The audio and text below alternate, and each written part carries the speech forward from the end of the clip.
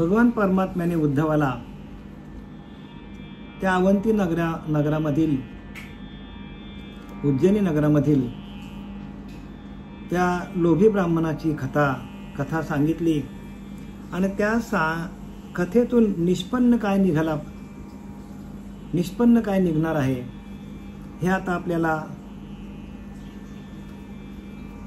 भगवान परमात्मा या खालच्या ओळीतून आपल्याला सांगणार आहे की त्या ब्राह्मणाची अशी अवस्था झाली नंतर की घरकाना घाटका अशी अवस्था झाली. जे त्याच्याकडे संपत्ती होती, जी त्याने जमवून ठेवली होती, की जी संपत्ती त्याने लोकांच्या हितासाठी वापरली नाही, घरातले जेवढे आपले सगळे मेंबर असतील, मुलं असेल, बायको असेल, नातवंड असतील, त्यांच्यासाठीही त्यांनी काय केलं, आपल्या कष्टाची कमाई त्यांना दिलेली नाही आणि शेवटीला सगळेच त्याच्या विरोधात गेले. कोणाच्या? त्या ब्राह्मणाच्या. जातिवंत ब्राह्मण होता, पण शेवटीला त्याला जातिवंत ब्राह्मण असून त्याला शेवटीला पश्चाताप झालेला आहे. आणि तो पश्चाताप त्याला शेवटीला नंतर लक्षात आलंय की अरे बापरे, आपल्या आता चुकलं, पण त्यावेळेला वेळ गेलेली होती. तसं आपल्याकडं आपण यौवनात असताना, आपल्याकडे पैसा असताना, आपले चांगले दिवस असताना माणूस जे काय करतो त्या गर्वातून, त्या अहंकारातून, पैशाच्या, धनाच्या आणि मदांधपणे, आंधळेपणाने सर्व विषयांचा भोग घेतो. पण ज्या वेळेला त्याचं वय उतार होतो, ज्या वेळेला त्याचं तारुण्य निघून जातो, त्यावेळेला त्याला पश्चाताप होतो. पण ती वेळ गेलेली असते आणि म्हणून प्रत्येक माणसाने तारुण्य अवस्थेमध्ये असतानाच सद्गुरूंना शरण जायला पाहिजे. कारण नाथबाबा सांगतात की ऐका जनार्दनी, गुरुच देव येथे नाही वा संदेह. जराही संदेह पकडायचा नाही, गुरुच आपला देव आहे. आपण अनेक देवतांची पूजा केली तरी पण ज्ञान होणार नाही आपल्याला. आपलंच ज्ञान आपल्याला होणार नाही. आपल्याच ज्ञानासाठी गुरु करावा लागतो. कारण ज्या वेळेला आपल्याकडे अज्ञान असतो, 50% पाप 50% पुण्य असं मिळून आपल्याला नरदेह मिळालेला आहे. आणि 50% पापाचं क्षालन करण्यासाठी गुरुला शरण गेल्यानंतर आपल्याला आपली अनुभूती येते. जगातलं ज्ञान आपल्याला कुठेही उपयोगाला येणार नाही.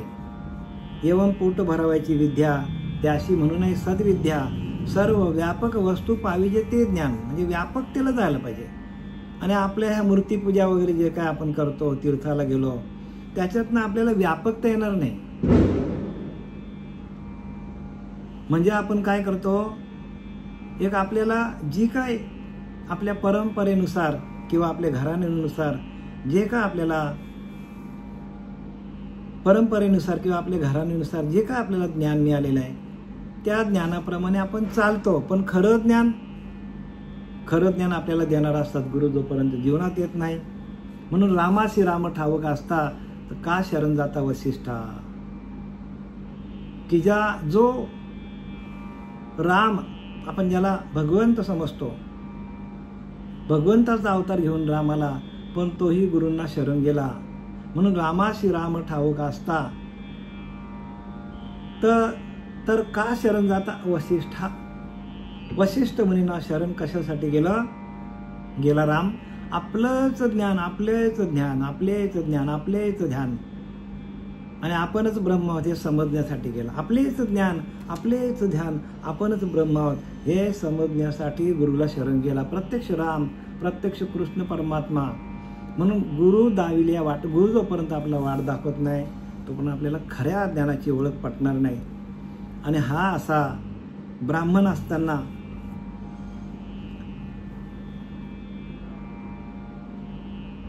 असताना देखील तो सांगतो शेवटीला की लोभे जे धन संचिले ते निशेष नासून गेले.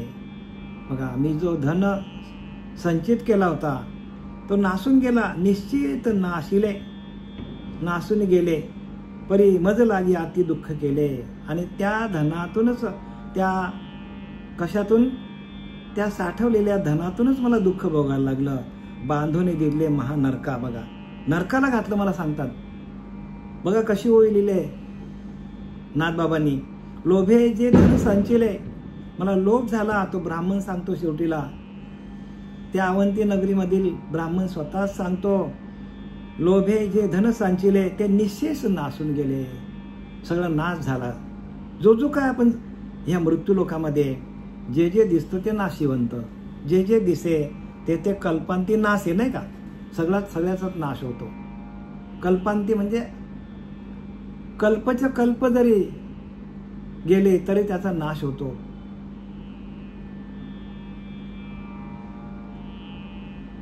आणि ते जे नाश होतो त्याच्या मागे आपण धावतो. म्हणजे मृगजळ आहे की नाही. हा संसार कसा आहे, मृगजळासारखा आहे. दिसतो आपल्याला, पण आहे का नाही. कोणी कोणाचं नाही इथे, कोणीच कोणाचं नाही इथे. अंतकाली कोणी नाही कोणाचे. आपल्याला असं वाटतं की सगळे आपले आहेत. अंतकाली आपल्याला कोणीही वाटायला येत नाही. कोणी आपल्याला आपलं दुःख किंवा आपलं ओझं कमी करायला कोणी येत नाही. म्हणून ज्याने त्याने आपली सोडवणूक करायची आहे. गुरु जरी आपला असला तरी गुरु फक्त तुम्हाला वाट दाखवायचं काम करतो. आणि त्या वाटेत तुम्ही सातत्याने गेले तर तुमचे अनुभव तुम्हाला अंतकाली उपयोगाला येतात. आपले अनुभवच आपल्याला उपयोगाला येतात. आणि आपला अनुभव काय व्हायला पाहिजे, की मन एक मुद्दल जाय, जेथं अहंभावाधिक काय जेथं अहंभावाधिक काय आहे, मन एक मुद्दल जाय. म्हणजे मनच आपला मुद्दला सहित जाईल. म्हणजे मन आहे ना, तो मनच आपल्याला काय करतो, त्रास देतो. आणि मन जेव्हा उन्मनी होतो तेव्हा भगवंताची प्राप्ती होते आपल्याला. उपाय पण सांगतो बरं का तुम्हाला, जाता जाता उपाय सांगतो. या ब्राह्मणाची कथाही आहे ती घ्या, पण उपाय पण सांगतो जाता जाता, की मन एक मुद्दल जाय, ते तो अहंभावाधिक काय आहे, ते तर शरीरच ब्रह्म होय ऐसा अनुभव येतो. शरीरच ब्रह्म होतो असा माणसाला अनुभव आला पाहिजे. अहंकार निघून जातो आणि शरीरच ब्रह्म होतो. मग याच्यासाठी गुरु करायचा आपल्याला. नाहीतर आपण काय करतो, प्रत्येक जीव असाच आहे, प्रत्येक माणूस असा आहे की एकदा का त्या विषयामध्ये तो अडकला तर तो बाहेर निघत नाही. जसा कोश कीटकाचे परी आपण आपण वरी. जसा तो कोश कीटक आहे तो स्वतःभोवतीच काय करतो, जाळं विणतो. आपण वैरी. तसा आपण या विषयामध्ये काय करतो, आपण अडकतो. जो आत्मबुद्धी शरीर चारूच झाली, म्हणजे आपल्या आत्म्याची ओळख तो घेत नाही. ज्याच्या सत्तेवर आपण विषय बघतो त्या सत्तेलाच आपण विसरतो आणि त्या सत्तेचा दुरुपयोग करतो माणूस. आणि म्हणून त्याला हे सगळं कर्माप्रमाणे भोग भोगावं लागतात. कर्माप्रमाणे सगळे भोग भोगावं लागतात. आणि प्रत्येक गोष्टीचा अर्थ साधकाने समजून घ्या. कारण अर्थांतर पाहिल्या विना श्रोता जो करी श्रवण, तो श्रोता नव्हे पाषाण मनुष्य वेशे. अर्थांतर, प्रत्येक गोष्टीचा अर्थ समजून घ्या. अर्थांतर पाहिल्या विना श्रोता जो करी श्रवण. जो श्रोता आहे, जो ऐकणार आहे, तो नुसताच श्रवण करतो आणि नळी फुंकली सोनारे आणि इकडून तिकडून गेले वारे, इकडनं इकडून सोडून देतो. तसं होतं कामा नये. प्रत्येकाने काय करायला पाहिजे, ते आम्ही जे इथून सांगतो सद्गुरु कृपेने ते आपल्या परेत उतरलं पाहिजे. आणि परेत उतरलं की ते परेमध्ये गेल्यानंतर ते ज्ञान ते बरोबर आपलं काम करतो. पण परेमध्ये जायला पाहिजे. जोपर्यंत परेमध्ये उतरत नाही कुठलीही गोष्ट, आपण जे काय श्रवण करतो ते परेमध्ये जातो आपल्या. आणि त्या परेतून परा आपली स्वच्छ होते. श्रवण कशासाठी करायचं, आपली परा धुवून काढण्यासाठी. आणि ती परा एकदा का स्वच्छ झाली की आपली सगळंच स्वच्छ होतं, सगळंच. आपले डोळे, आपले नाक, आपले कान, आपले सगळं ए टू झेड जेवढे आपल्या आतमध्ये आहे तेवढे सगळे इंद्रिय आपले काय होतात, शुद्ध होतात, निर्मल होतात. पण त्या परेपर्यंत म्हणून आपल्याला मनन करायला पाहिजे. मनने करे सारासार विचार. मननातून सारखा असा विचार केला जातो. नाही तर आपण सगळं सारखंच वाटतं आपल्याला. म्हणून अर्थांतर पाहिल्या विन उगाच करी जो श्रवण, तो श्रोता नव्हे पाषाण मनुष्य वेशे. माणसाच्या वेशामध्ये दगड आहे असं सांगतात. दगड आहे तो, आणि बरेचसे लोक असे दगड आहेत, ते त्याचा अर्थच घेत नाही. म्हणून अर्थ प्रत्येकाने 5 वेळाचा दिवसाला आपण त्याचा अर्थ घ्या. दिवसभर त्याचं मनन करा, लिहून काढा.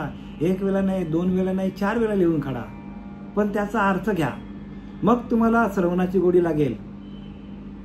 नाहीतर आपलं श्रवण केलं आणि आपलं जेवला झोपला, मग रात्री आपल्या रात्री अंथरुणावर पडता पडता जे काय आपण श्रवण केलंय त्या श्रवणाचं आपल्याला मनन व्हायला पाहिजे. आणि त्या मननातून आपल्याला निदध्यास लागतो, बोध होतो. बोध संतांनी जे काय कार्य केलंय, जे लिहून ठेवलंय, हे तुमची आमची परा शुद्ध करण्यासाठी, धुवून काढण्यासाठी हे सगळ्या ग्रंथांचं लिखाण त्यांनी केलेलं आहे. जोपर्यंत परा स्वच्छ होत नाही तोपर्यंत ज्ञान कळणं तर बाजूलाच राहिलं, वळणं तर बाजूलाच राहिलं, मग आपल्याला त्याचा काही फायदा होणार नाही. म्हणून प्रत्येकाने आपली परा स्वच्छ करा. अर्थांतर पाहिल्या विन उगाच करी जो श्रवण, तो श्रोता नव्हे पाषाण मनुष्य वेखे. माणसाच्या वेशामध्ये दगड आहे सांगतात, दगड समर्थ रामदास. तसं आपल्याला आपण दगड नव्हता काय करायला पाहिजे, आपण श्रवण मनन करायला पाहिजे. प्रत्येक जे इथनं तुम्हाला सांगितलं जातं जे त्याचं तुम्ही श्रवण करा. आपला एकनाथी भागवत अध्याय 23वा आणि श्लोक क्रमांक 13. काल आपण 147 ओळीपर्यंत आपण आलो. परत वाचूया एकदा 13वा श्लोक. धन लोभ्याचे गेले धन, धनासवे नवाचे आठवण. ते आठवता फुटता हे मन, तळमली जाण अति दुःखे. आता त्या ब्राह्मणाला एवढा दुःख झाला की त्याचं धन पण गेलो. एखादा माणूस संपूर्ण लुटला जातो बघा, पूर्ण त्याच्याकडे जेवढं धन आहे तेवढं सगळं त्याचं निघून जातो. आता मला सांगा, जर त्याच्याकडलं धनच निघून गेलं, त्याच्याकडले धनच निघून गेला त्याच्याकडला, तर माणसाला आसरा कुठे लौकिक जीवनामध्ये, प्रपंचामध्ये जोपर्यंत धन आहे तोपर्यंत तुम्हाला किंमत आहे. धन तुमच्याकडनं निघून गेलं तर तुम्हाला लोक काय करतात, डावलायला बघतात. प्रपंचामध्ये जसा धन आहे,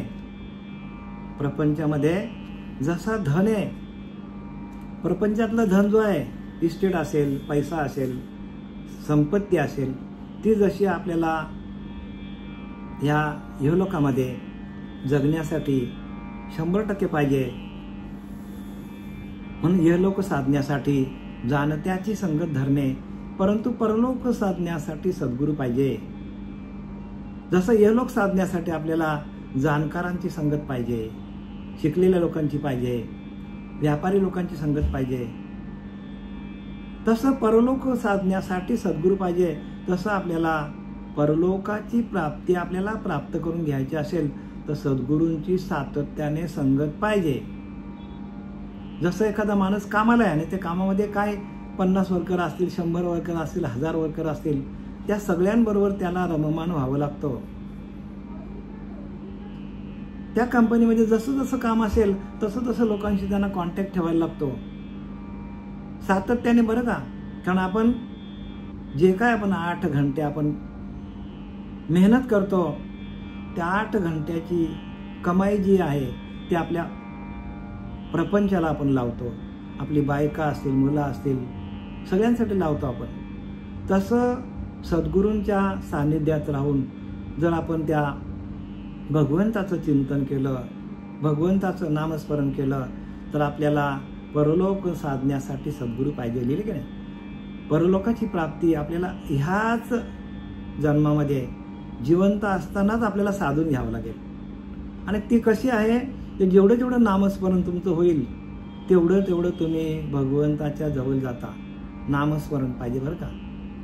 जेवढं जेवढं नाम होईल, आपलं नामस्मरण होईल, तेवढ्या तेवढ्या नामचिंतनातून आपल्याला भगवंताला प्राप्त करता येतो. आणि जर ते आपल्याला जमलं नाही तर मग आपल्याला आपण प्रपंचामध्येच अडकतो. म्हणून आपल्याला जे काय आपण करतो, कामधंदा, उद्योगधंदा, ते करता करता भगवंताचं नामस्मरण कसं होईल, दिलेलं नाम कसं आपल्याला घेता येईल, सातत्याने प्रबोधाचं चिंतन, अनुसंधान सातत्याने कसं ठेवता येईल, याच्यासाठी आपण सातत्याने प्रयत्न करायला पाहिजे. धनलोभ्याचे गेले धनलोभी होता, त्याचं धन पण गेलं. मग नंतर तू विचार करते, अरे बापरे, आपण देवाची भक्ती केली नाही, आपण गुरु केला नाही, आपण ब्राह्मणाच्या जन्माला आलो आणि हे काय आपलं केलं, आपण आपल्या हाताने वाटोलं लावलं. ब्राह्मण बरं का, ब्राह्मण जातीवंत ब्राह्मण होता आणि स्वतःचा काय केलंय, स्वतःच्या हाताने स्वतःचा वाटोला लावलाय त्याने.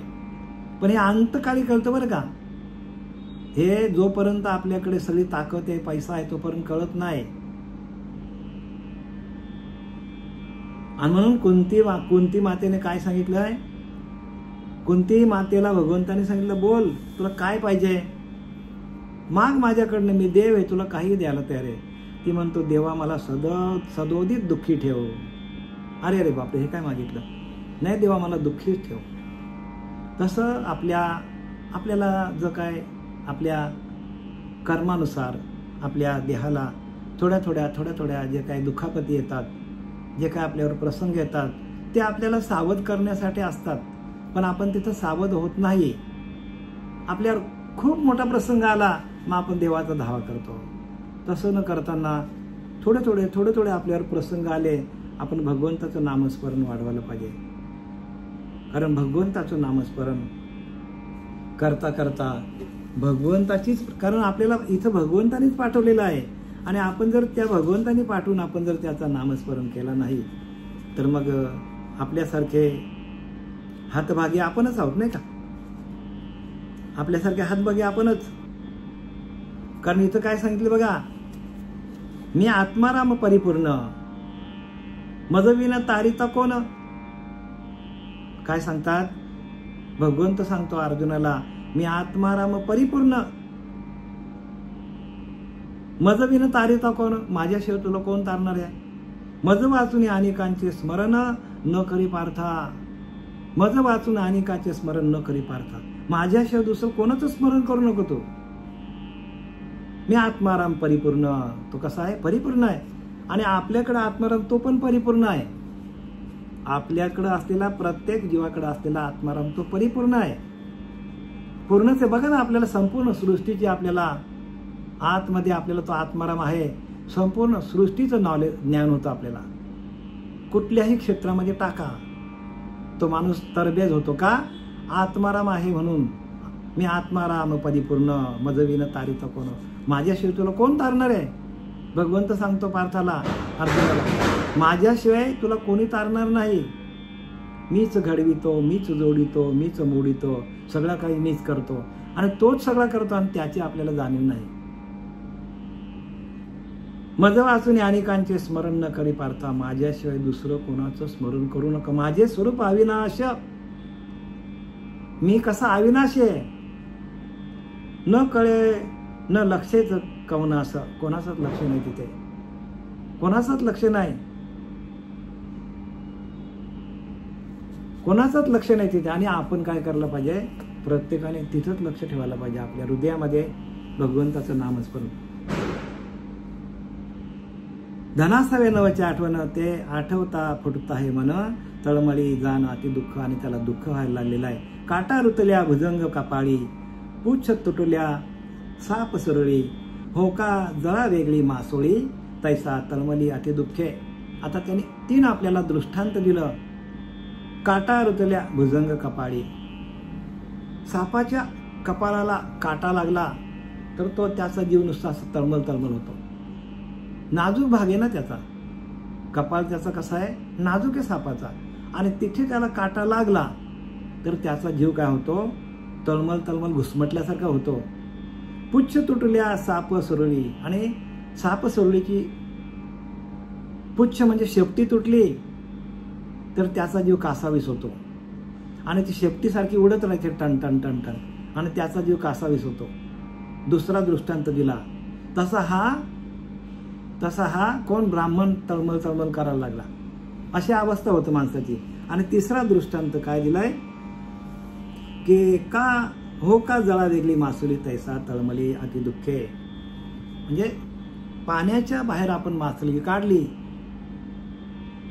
तर तळमळ तळमळ जी होतो तसा या ब्राह्मणाचा व्हायला लागला. पाण्या वेगळी मासळी तैसा तुका तळमळी. बघा, मी तुम्हाला दृष्टांत पण सांगतो आणि तुकोबाऱ्यांचं प्रमाण पण देतो. का तुकोबाऱ्यांनी काय केले याच्यासाठी ते तुम्हाला सांगतो. तुकाराम मला सांगतात, पाण्या वेगळी मासुली तैसा तुका तळमळी. मासळीने पाण्याला सोडलं तर जशी त्याची तळमळ तळमळ होते, आता मरेन की काय, जीव तडफड तडफड होतो, तसं तुकाराम महाराज सांगतात, भजनाशिवाय जर माझा एक क्षण जरी गेला तरी मला पाण्याच्या बाहेर काढलेली मासळी जशी तळमळ तळमळ करतो, तडफड तडफड करतो, तसा माझा जीव होतो. तसं आपलं व्हायला पाहिजे. त्या धनलोभ्याने धनावरच बसला, तो उठतच नाही. तो मेल्यावरती पण तो भूत बनून त्या धनावरती येणार, कारण त्याचा जीव तिथे अडकला. आणि तुकाराम महाराज म्हणतात, तुमचा जीव इथं अडकायला नाही पाहिजे. तुमचा जीव कुठं अडकायला पाहिजे? त्या भगवंताच्या भजनामध्ये अडकायला पाहिजे. भगवंताच्या भजनामध्ये. आणि ते भगवंताचं भजन आपल्याला अंतकाली उपयोगाला येणार आहे. आपण कितीही प्रॉपर्टी कमवली तरी आपल्याला, कितीही धन आपल्याकडे असला तरी ते धनच आपल्याला, तो प्रपंचच आपल्याला त्रास देणार आहे. म्हणून प्रपंचापासून अलिप्त कसं राहता येईल, आणि त्याच्यासाठी संतांनी सोपा मार्ग सांगितलाय. मी तुम्हाला काल प्रमाण दिला, ज्ञानदेव चित्ती हरिपाठ नेमा. म्हणजे चित्तामध्ये आपल्या भगवंताचं भजन चाललं पाहिजे. सगळा उद्योगधंदा करताना आपल्याला चित्तामध्ये भगवंताचं नामस्मरण कसं होईल ह्याच्याकडे जास्त लक्ष द्या. हा सोपा मार्ग आहे. हा एकदम सोपा मार्ग आहे. हा कोणी तुम्हाला सांगणार नाही. एकदम सोपा मार्ग आहे की आपल्याला भजन करता करता, म्हणजे कामधंदा करता करता आपल्याला भगवंताचं भजन यायला पाहिजे. कारण अंतकाली सोडवे मीच पार्थ आलेले की नाही. अंतकाली आपल्याला तोच सोडवणार आहे. देहबीज मी संचरवी. काय लिहिलंय? मी देहबीज मी संचरवी, आत्मा घालून वाढवी, अंतकाली सोडवी मीच पार्था. काय सांगतात? अंतकालला तुला मी सोडायला येणार आहे. देहबीज मी संचरवी म्हणजे आईच्या पिंडामध्ये बीज रूपाने मीच तुम्हाला जन्माला घालतो, माणसाला जन्माला घालतो. देहबीज मी संचरवी, आत्मा घालून वाढवी. तो बीज कसला आहे? आत्म्याचा बीज. तो आत्मा काय करतो? आपल्या आईच्या पिंडामध्ये प्रवेश करतो आणि देह तयार, स्वतःचा आत्मा आपला देह तयार करतो. ज्ञानोबा सांगतात की मी आदिष्टिली या प्रकृती होय चराचराची या संबुद्धी, म्हणून मी हेतू उपपत्ती घडे या. काय सांगतात ज्ञानोबा? मी आदिष्टिली या प्रकृतीचं अधिष्ठान मी धारण करतो, तेव्हा तो गवत तयार होतो, तो झाड तयार होतो, तो माणूस तयार होतो, तो कुत्रा तयार होतो, तो मांजर तयार होतो. 84 लक्ष योनी मीच तयार करतो, मीच त्याच्यामध्ये राहून तयार करतो. तसा देह बीज मी संचरवी, आत्मा घालून वाढवी, अंतकाळी सोडवी मीच पार्था. अंतकाळी तुला मीच सोडायला येणार आहे. मग जर अंतकाळी आपल्याला भगवंत सोडायला येणार आहे तर आपण भगवंताचं भजन नको का करायला? का आपण त्या प्रॉपर्टीमध्येच अडकायचा? बघा, ज्याचा त्यांनी विचार करा. हे आपल्याला सावधतेचा इशारा दिलेला आहे. आपण जे शास्त्र वाचतो ते वाचून आपण वाचलं पाहिजे. हो, वाचाल तर वाचाल हो. आणि वाचून श्रीगुरूंच्या मुखातून त्याचा अर्थ घ्यावा लागेल. आपल्याला त्याचा अर्थ समजायला कठीण आहे. का कठीण आहे? तसा गुरु आपल्या जीवनात मिळाला नाही आपल्याला. तसा गुरु आपल्या जीवनामध्ये नाम साधन देणारा मिळाला पाहिजे आणि नामाचं चिंतन करता यायला पाहिजे. नामाचं चिंतन करता करता त्याची अनुभूती प्रत्येक साधकाला आली तरच हे ज्ञान आपल्याला कळेल. अनुभूती यायला पाहिजे. अनुभव तुका म्हणे ते अनुभव प्रमाण शब्दांचे गौरव कामा नये. शब्द कामाला नाहीत, अनुभव प्रमाण, अनुभव आपल्याला यायला पाहिजे. आणि ते अनुभव आले. श्री गुरु सच्चिदानंद सद्गुरू श्रीपाद बाबा, रामदास बाबा, पांडुरंग दिवेकर बाबा यांच्या कृपा आशीर्वादाने अनुभव आले आणि त्यांनी दिलेलं कार्य आम्ही सातत्याने चालू ठेवलेलं आहे. तुमच्यापर्यंत पोहोचवण्याचं काम श्री गुरु कृपेने होत आहे. श्री गुरु कृपेने होत आहे. काटा रुतल्या भुजंग कपाळी, पुच्छ तुटला साप सुरळी, हो का जळा वेगळी मासळी, तैसा तळमले अति दुःखे. तसा तो तळमळायला लागला. हो, दृष्टांत दिले आपल्याला. पहिला दृष्टांत कसा दिला? सापाच्या डोक्याला काटा लागला. साप सुरळीची जर पुच्छ म्हणजे शेपटी तुटली तर त्याचा जीव जळफलाट होतो. आणि माशाला पाण्याच्या बाहेर काढलं तर त्याला जीव जाईल का काय, असं मरण ओढवतं त्याच्यावर. असं त्याच्यावर मरण ओढवलं त्या ब्राह्मणावर. मने आठविताची धन, हृदयी चालीला स्पंदन, अश्रुधारा स्रवती नयन मूर्छापन्न क्षणा. आता त्याची हालत कशी झाली बघा त्या ब्राह्मणाची. मने आठविता धन, मनामध्ये त्याला धनाची आठवण आली. अरे बापरे, आपल्याकडे केवढा धन,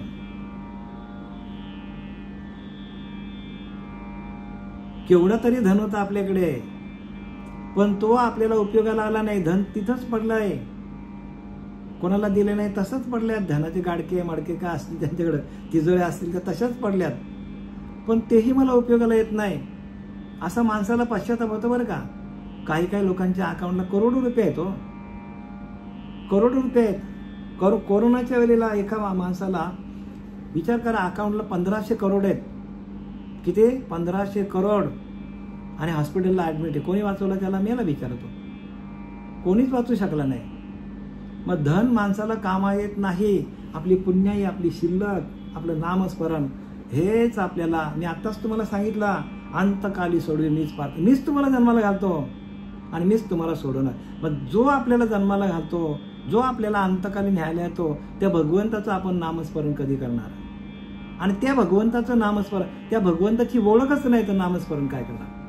पहिलं म्हणजे त्या भगवंताची ओळखच नाही. कारण भगवंत कसा आहे?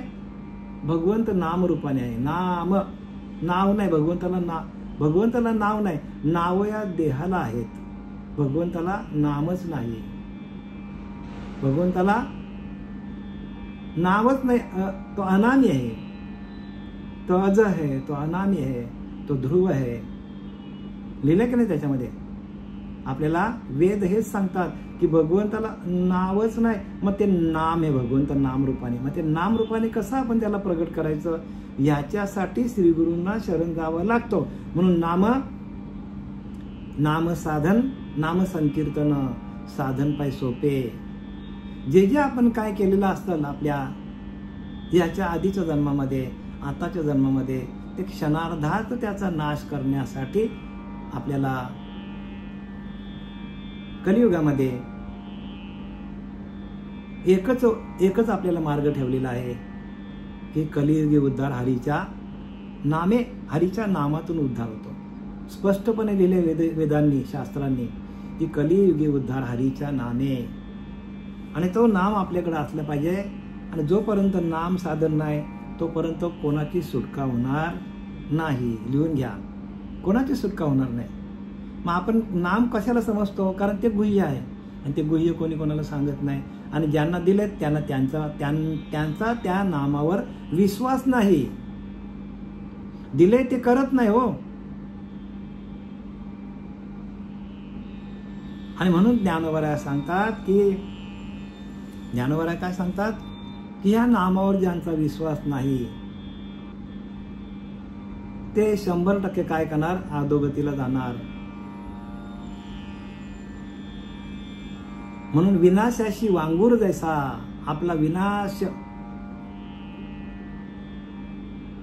प्रत्येक माणसाचा विनाश होतो. वांगूर जैसा म्हणजे संशयावनी थोर, अनेक नाही पाप घोर. विनाशाशी वांगूर जैसा ज्ञानोबा सांगतात. संशयावनी थोर, त्या नामावरती लोक काय करतात? संशय घेतात. आणि सर्व संत जेवढे जेवढे आहेत तेवढे सगळे संत नाम घेता घेता इहलोकातून परलोकात गेले. म्हणून संशयाने थोर अनेक पाप नाही घोर, विनाशाशी वांगुर जैसा. संशय घेऊ नका नामावर, कारण नाम हे ना हे आधी अनादी काळीच आहे. आधी अनादी काळचं नाम आहे आणि त्याच्यावर आपण जराही संशय घेता नाही. आपण सतत त्याचं चिंतन करायला पाहिजे आणि दिलेल्या प्रत्येक साधकाला दिलेल्या नामातूनच अनुभूती येणार आहे. आम्हीही त्याच नामावरती आम्ही काय केलं, त्याच नामावरती आम्हाला हे ज्ञान मिळालं आणि तेच ज्ञान तुम्हाला देण्याचं आम्ही वाटण्याचा प्रयत्न करतो. तेच जे आमच्याकडे आहे, जे आमच्या गुरुकडे होतं, जे दत्त महाराजांकडे होतं, जे लक्ष्मण बलभीम सखयानंद शांतामाई बंडोबा केरोबा या सगळ्यांकडे तेच ज्ञान होतं. मुख्य महाविष्णू चैतन्याचे मूळ संप्रदाय फल तेथून या. त्या महाविष्णूने हंसाचा रूप घेतला, हंसाने ब्रह्माला दिला, ब्रह्माने आत्रीला, आत्रीने दत्त महाराज, लक्ष्मण नारायण लक्ष्मण बलभीम सखयानंद शांतामाई बंडोबा केरोबा, श्रीपाद बाबा, रामदास बाबा, नारायण बाबा, पांडुरंग दिवेकर बाबा, या सगळ्यांकडे ते नाम होतं आणि तिथून ते आमच्यापर्यंत आलेलं. म्हणजे ही परंपरा आहे हो. या परंपरेला आपण काय ठेवलं पाहिजे, आपण परंपरेचे पायीक असलं पाहिजे. मने आठविताची धन हृदय चालिले स्पंदन, म्हणजे रडायला सुरुवात झाली. त्याने काय झालं, हृदयामध्ये त्याला अत्यंत दुःख आलंय, अत्यंत दुःख व्हायला लागलं. अश्रुधारा स्रवती नयन, डोळ्यातून अश्रुपात यावं लागले. तर एवढा मोठा श्रीमंत धनाढ्य माणूस आणि तो धाय धाय रडायला लागलाय. मूर्छापन्न क्षणाक्षणा, आणि त्याला मूर्छाच न पडायचा, चक्कर येऊन पडायचा, चक्कर येऊन पडायचा. मूर्छायला लागली त्याला. का? तर सगळं मागील मग अरण्य रुदन काढिले. मग त्या वाचवाया कोण आले? एखादा माणूस अरण्यामध्ये पडलाय, सगळ्या बाजूने अरण्य आहे, जंगल आहे मोठा, आणि त्याच्यामध्ये गेला आणि आता त्याला तो रडायला लागला जोर जोरात. कोण आहे का आवाज ऐकायला तिथे? कोणीच नाही आवाज ऐकायला. का? तर तो जंगलामध्ये अडकलाय आणि त्या जंगलामध्ये जर तो रडलाच जर जंगलामध्ये, तर त्याला कोण येतील? वाघ येईल, कोल्हा येईल, जे काय सापद आहेत ते येऊन त्याला खातील. म्हणजे तो रुदन पण काढू शकत नाही अरण्यातला माणूस. तसं ह्याला झालं. धन बाजूला गेला, पोरं बाजूला गेली, सगळी बाजूला गेली आणि हा एकटाच रडायला लागला. आता कोण ऐकेल याचं सांगा तुम्ही? अशा अवस्था होते. पोटी दुःख्या अति चरपडे, धाय मोकळून रडे. बघा, धाय मोकळून रडे हो, छाती पिटून रडायला लागला. उठे बैसे पाहे पडे, लोळे गडबडा आरडत, ओरडत ओरडत जमिनीवर लोलायला लागला. एकटाच. कोण आहे तिथे? कोण नाही, कोणीच नाही तिथे. म्हणून अंतकाली सोडवी मीच पार्था. अंतकाल चांगला यासाठी आपल्याला भगवंताचं भजन केलं असतं तर या ब्राह्मणावर अशी परिस्थिती आली नसती आणि आपल्याला आपल्या कष्टार्जित असलेल्या त्या धनाचा त्याने उत्तम प्रकारे सदुपयोग केला असता त्याने. पण सदुपयोग सांगणारा श्रीगुरु जीवनात येत नाही तोपर्यंत आपण आपल्याच धुनकीमध्ये माणूस राहतो. असे अनेक पैसे, अनेक धन काय करतात लोक कमवतात आणि साठवून ठेवतात, पण तो धन अंतकाली कामाला येत नाही. म्हणून काय म्हणतात, मीराबाई काय म्हणते, पायोजी मैने राम रतन धन पायो, पायोजी मैने राम रतन धन पायो. बघा काय सांगतात, कोणतं धन? राम नामाचं, हरिनामाचं धन मी काय केलंय? मी साठवून ठेवलंय. हरी आला हाता मग काय भय चिंता हो. तुका म्हणे हरी काही उरण देवरी. ते नाम आपल्या हृदयामध्ये प्रगट व्हायला पाहिजे. ते नाम आपल्या कुठे प्रगट व्हायला पाहिजे? हृदयामध्ये प्रगट व्हायला. ते नाम जोपर्यंत आपल्याकडे प्रगट होत नाही तोपर्यंत आपल्याकडनं केलेली सर्व कर्म निरर्थक आहेत. जे जे आपण करणार, म्हणून नाम प्रगट करा देवांनो. नाम प्रगट झाला की तुम्हाला तुमचा मार्ग स्वतःच तुम्ही तो मार्ग, त्या मार्गाला तुम्ही आपोआपच जाता. एकदा का तुम्ही नावेमध्ये बसले का तुम्ही तो नावाडी चांगला असेल तर तुम्हाला पलीकडे नेणारच आहे. म्हणून नामरूपी नौका थोर जेणे तारिले अपार. नाम ही नौका आहे आणि ती पलीकडे नेण्याचं एकमेव साधन आहे. नामरूपी नौका थोर जेणे तारिले अपार. किती तारले त्याचा हिशोबच नाही. अगणित लोकांना अगणित संत झाले त्या नामरूपी नौकेवर बसले आणि ते इहलोकातून परलोकात गेले. आपल्यालाही एकच साधन आहे, एकच साधन आहे आपल्याकडे आणि ते म्हणजे काय? ते म्हणजे हरीचं नाम. हरीच्या नामाशिवाय दुसरा पर्यायी काही जगामध्ये नाही. एकच बरा, सगळ्यांसाठी एकच आहे. लोले गडबडा आरडत जोरजोरात ओरडायला लागला. मग म्हणे रे कटकटा झालो एक वेल करंटा. आहा विधातया दुष्टा काय अदष्टा लिहिलेशी. आता देवाला दोष द्यायला लागला आणि असाच करतो बरं का माणूस. आपले कर्म चुकवतो आणि नंतर देवाला नाव ठेवतो. देवा तू काय केलं म्हणजे देवाला दोष देतो. दोष कोणाला देतो? आपले कर्म चुकतो माणूस. आपल्या कर्माला मुकतो. आपले कर्म चांगले आहेत ते चांगले कर्म करत नाही आणि मग देवाला सांगतो देवा धाव. मला सांग देव लांब आहे का? देव आपल्या जवळच आहे ना. मग देवाने सगळं बघितलं तू काय करतो तो. पण तुम्ही देवाचा नामस्मरण केला तर देव तुम्हाला तशी सद्बुद्धी देईल. जर तुम्ही देवाचा नामस्मरणच केलं नाही, भगवंताचं नामस्मरणच आपण केला नाही तर देव आपल्याला सद्बुद्धी देईल का?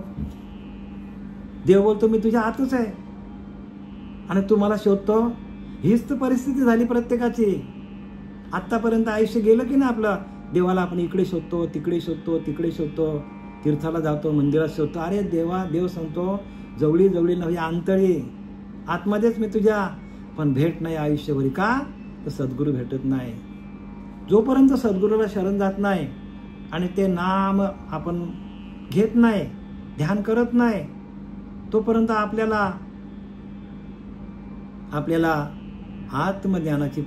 आत्मज्ञानाची प्राप्ती होणार नाही. आत्मा हाच आपला ईश्वर आहे. आणि म्हणून तिथं काय सांगितलंय? आत्मा घालून वाढवे. काय शब्द वापरलाय? भगवंत सांगतो अर्जुनाला देहबीज मी संतरवी आत्मा घालून वाढवी. आपल्या शरीरामध्ये आत्मा घालून वाढवी. आत्मरूपाने भगवंतच बसलेला आपल्यामध्ये आणि अंतकाली सोडवी मीच पार्था. अंतकाली पण तोच आपल्याला सोडायला येतो. मग आपलं लक्ष आहे कुठे हो? आणि म्हणून सांगतात देव शोधाया निघाला देवाशी सांगा केव्हा भेटेल त्याशी. आपणच देव आहोत, आपण देवाला शोधायला निघालोय. भेटेल का आपल्याला? देव शोधाया निघाला देवाशी सांगा केव्हा भेटेल त्याशी. भेटेल का आपल्याला? कधी भेटेल? अरे आपणच देव आहेत आणि आपण देवाला शोधायला निघालोय. पण आपल्या पिंडावरती असलेले राक्षस, आपल्या पिंडावरती असलेले गुण, आपल्या पिंडावर असलेला अहंकार हा बाजूला काढणारा एकमेव शस्त्र आपल्याजवळ नाम जप दिलेला आहे. जन्माला घालतानाच भगवंताने आपल्याला दिलेलं आहे पण आपला त्याच्याकडे लक्षच नाही. अजिबात लक्ष. देख मनुष्य जात सकळ स्वभावताचं भजनशील. स्वभावताच भजन चालू आहे तुमचा. झाले असे केवळ माझ्याच ठाई परिज्ञाने विने नाशिले. तो ज्ञान नाही म्हणून माणसाचा नाश होतो. नाभीच्या ठिकाणी आपला जो भगवंताने आपल्याला आतमध्ये असताना जो भजन चालू होता, बाहेर आल्यावर नाल कापली, भजन तुटला आणि तिथून परत न जोडणारा जोपर्यंत गुरु आपल्याला मिळत नाही तोपर्यंत आपली फजिती आहे. मग म्हणे हे कटकटा झालो एक वेळ करंटा. आता मी करंटा झाला. करंटा पडून उताना करी नाना कल्पना तैशी माया. मायेमध्ये अडकले तो. करंटा पडून उताना करी नाना कल्पना तैशी माया. ही मायेमध्ये अडकले तो. हीच ती माया आपल्याला काय करते? हीच माया आपल्याला जन्माला घालते. काम वासनेमध्ये अडकतो, क्रोधामध्ये अडकतो, लोभामध्ये अडकतो, मोहामध्ये अडकतो, दंभामध्ये अडकतो, संशयामध्ये अडकतो. हीच माया आहे. दुसरी माया कुठली आहे? आपल्याला आपल्याला ठगवणारी हीच मायाच आहे. आणि या मायेचं निरसन करण्यासाठी एकमेव साधन दिले कलियुगी उद्धार हरीच्या नामे. दुसरा कशातून उद्धार होणार नाही. अनंत नाम आपल्याकडे असलं पाहिजे. प्रत्येक ठिकाणी सर्व संतांनी हेच केलेलं आहे.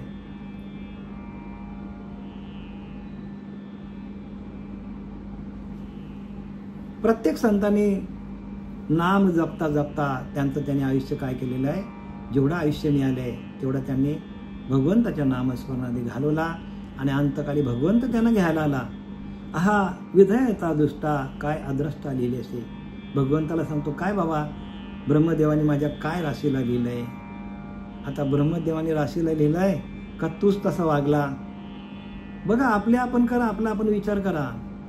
ज्याने त्याने विचार करा की ब्रह्मदेवाने लिहिले का.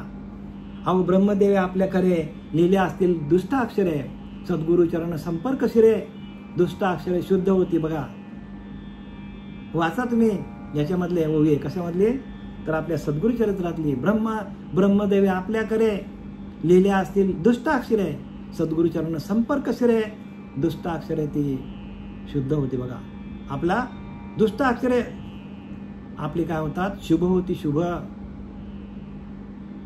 पण आपण गुरुला शरण जात नाही ना. म्हणून आपला सगळा काय गुरु ओळखता यायला पाहिजे. आपण कुठल्याही गुरुला गुरु म्हणू नका. काय द्रष्टा अद्रष्टा लिहिलेसी, काय माझ्या भाग्यामध्ये लिहिले असं विचार करायला लागला. कोण तो ब्राह्मण. माझं ठावं नाही कोणीकडे, विचार संभवे ना पुढे. अति दुःख आले जी रोकडे, तेने विचारे रडे महादुःखी. आता तो काय झालं, त्याला माझं ठावं नाही, आता कुठे जावं हे त्याला कळत नाही. दिशाहीन झाला तो, दिशाहीन झाला. ज्ञानदृष्टी हरपली त्याची. ज्ञान डोकंच काम करत नाही त्याचं. त्या ब्राह्मणाचं ज्ञानदृष्टी हरपली. कुठल्या दिशेला जावं. कारण ज्या आयुष्यभर जे करायला पाहिजे होतं ते केलं नाही. आणि अंतकाली जायची वेळ आली. अंतकाली ज्या वेळेला माणसाची जायची वेळ येते त्यावेळेला आपल्याला बुद्धी आपली काम करत नाही. बुद्धी काम नाही करत. का तर बुद्धीवरती अनेक प्रकारची आवरण आलेली असतात. आपली बुद्धी मलिन झालेली असते. आयुष्यभर आपण जी काही कर्म केलेली असतात त्या कर्मातून आपल्या बुद्धीला मलिनता येतो. आणि ती मलिनता आपल्याला काय करते, अधोगतीला घेऊन जाते. म्हणून गुरु असाच करा. गुरु करा बलकट, त्याचे धरावे मनगट. विचारावे दोन प्रश्न, मी कोण आणि देव कोण. हे सगळ्यात महत्वाचा मुद्दा आहे. आपण काय नाही, मी कोण मला माहित नाही, देव कोण माहित नाही. आणि आपण नाही त्याच भूतांची पूजा मांडतो आणि शेवटला आपली अशी परिस्थिती येते. माझं ठाव नाही कोणीकडे, विचार संभवेना पुढे. विचारच चालत नाही, म्हणजे माझं डोकंच काम करत नाही. तो आता म्हणायला लागला, अरे बाबा भगवंता माझं डोकंच काम करत नाही. अति दुःख आले जी रोकडे. रोकडे म्हणजे आता माझ्या अंतःकरणामध्ये दुःख भोगायला आलं.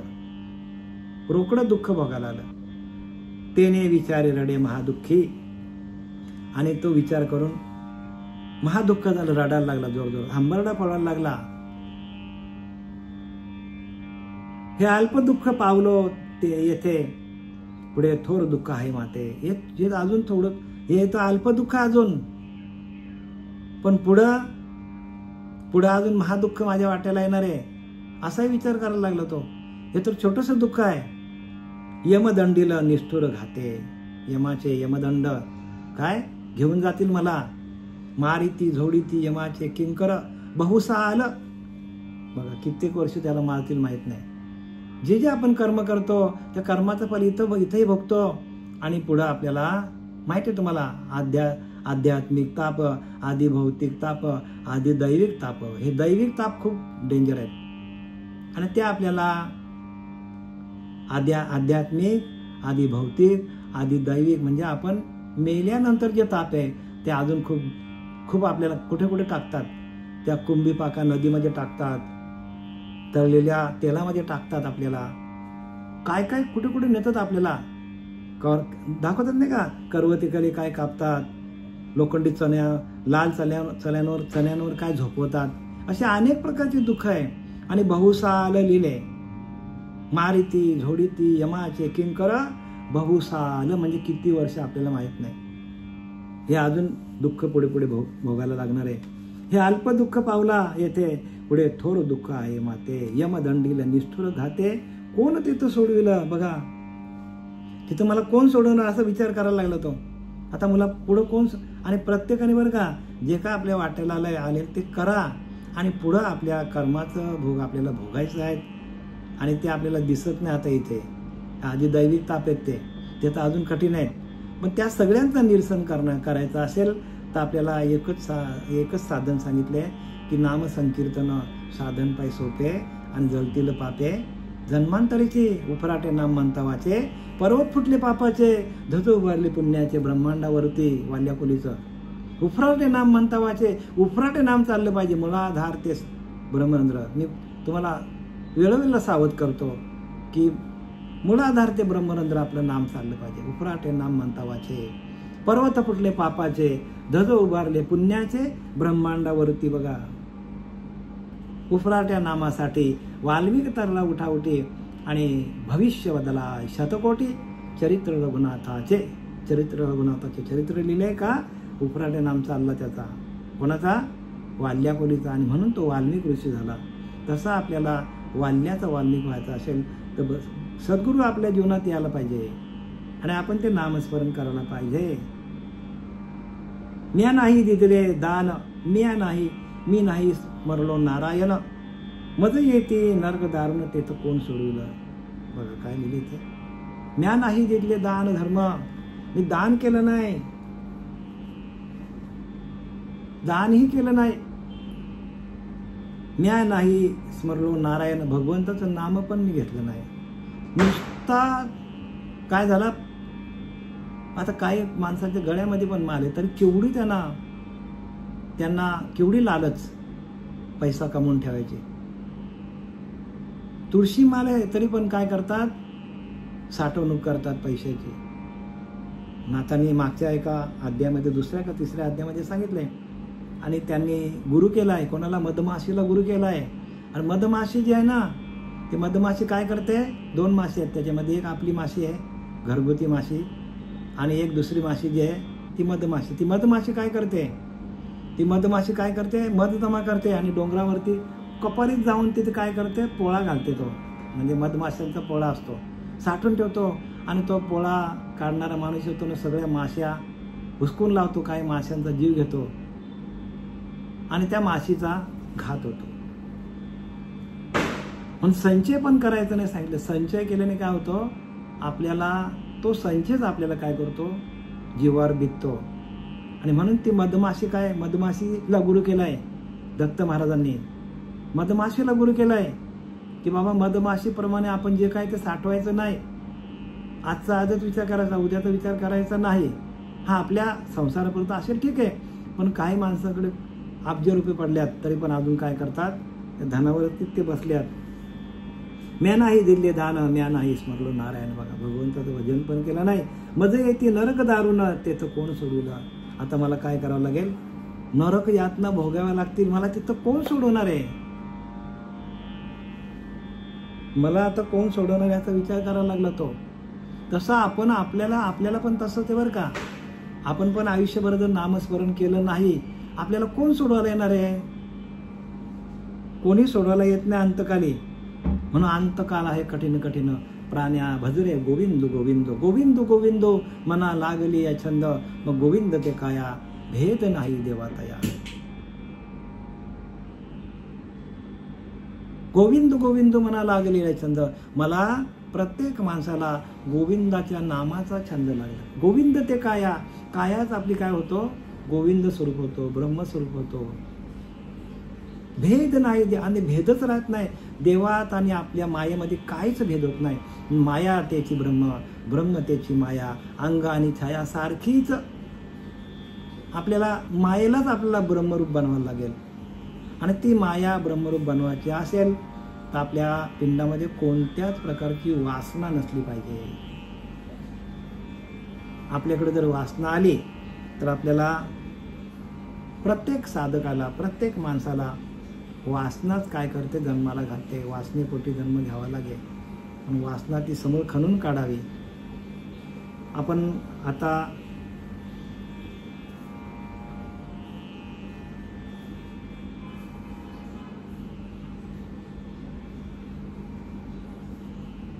एकशे 54 ओळीपर्यंत आपण आलो. झालेली सेवा आपले सच्चिदानंद सद्गुरू श्रीपाद बाबा, रामदास बाबा, पांडुरंग देवेकर बाबा, नाना बाबा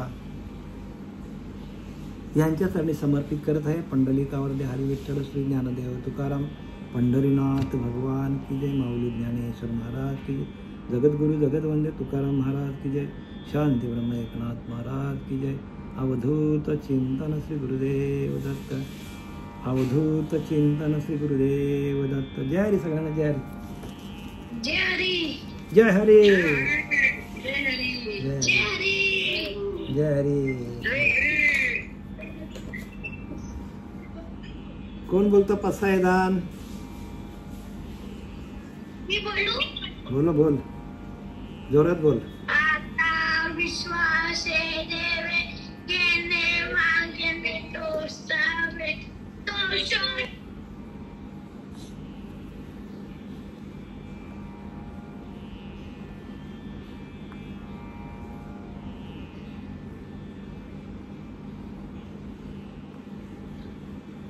मैत्रिवांचे दुरितांचे मिराहो विश्वधर्म सूर्य पाहो. जोरेवांचे तो ते राहो प्राणीनाथ वर्षक सकळ मंडळी. ईश्वरितांची मांदियाळी